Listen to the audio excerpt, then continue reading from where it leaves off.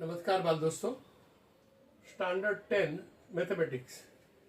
અહીંયા આપણે volume of cylinder અને વોલ્યુમ ઓફ કોન એની કમ્પેરિઝન કરીએ છીએ. અહીંયા તમે જુઓ તો આ સિલિન્ડર છે, આ એની રેડિયસ છે, આ એની હાઇટ છે.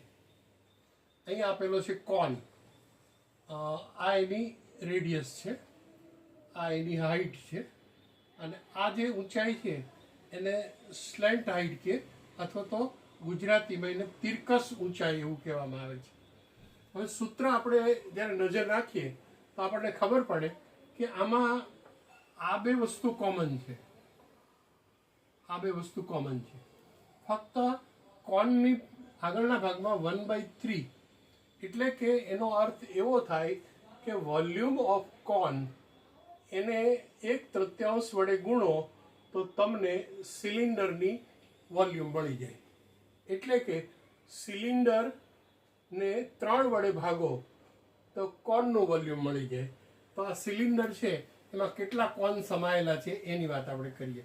હવે તમે જુઓ તો આ એક કોન આવી ગયો, એટલે આ બધી સ્પેસ વધી ગઈ. હવે એક કોન બીજો,